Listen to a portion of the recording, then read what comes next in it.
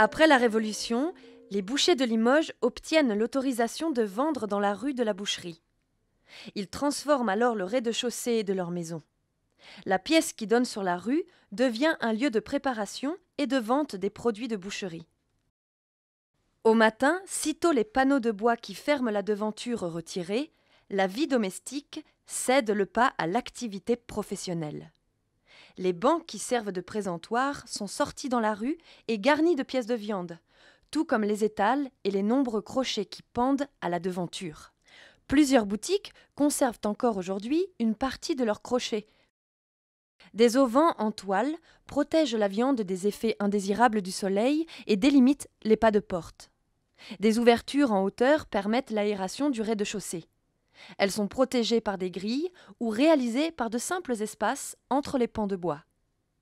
Contrairement à aujourd'hui, le client n'entre pas dans la boutique.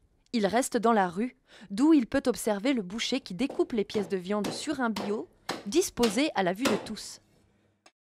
La bouchère fait la vente, entre rue et boutique, à l'abri d'un auvent.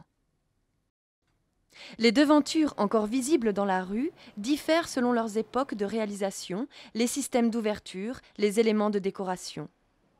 Seules les nombreuses cartes postales anciennes et les récits de voyageurs nous permettent d'imaginer l'animation débordante qui s'emparait chaque jour de la rue tout entière, et ce jusqu'au lendemain de la Seconde Guerre mondiale. Imaginez un instant les cris des bêtes promises à l'abattage, les odeurs d'étables, le bruit d'une charrette qui peine sur les pavés, le fumet appétissant des charcuteries que l'on prépare dans l'arrière-boutique, la conversation des bouchères et les cloches de la chapelle qui sonnent l'Angélus.